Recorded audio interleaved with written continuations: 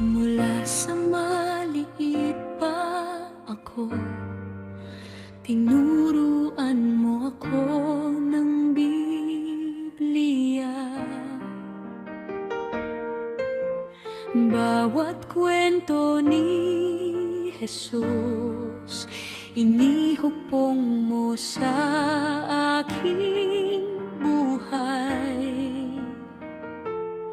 Sa iyong mga aral at halimbawa, natutunan kong magpatawad at lumakad sa landas ng katuwiran at pag-ibig.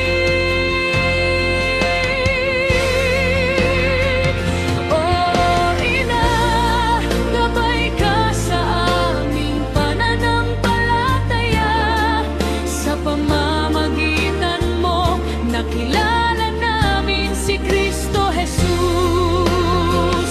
Ipagpatuloy mo ang paglilingkod sa sambahayan namin hanggang sa makita natin siya sa kaniyang pagbabalik.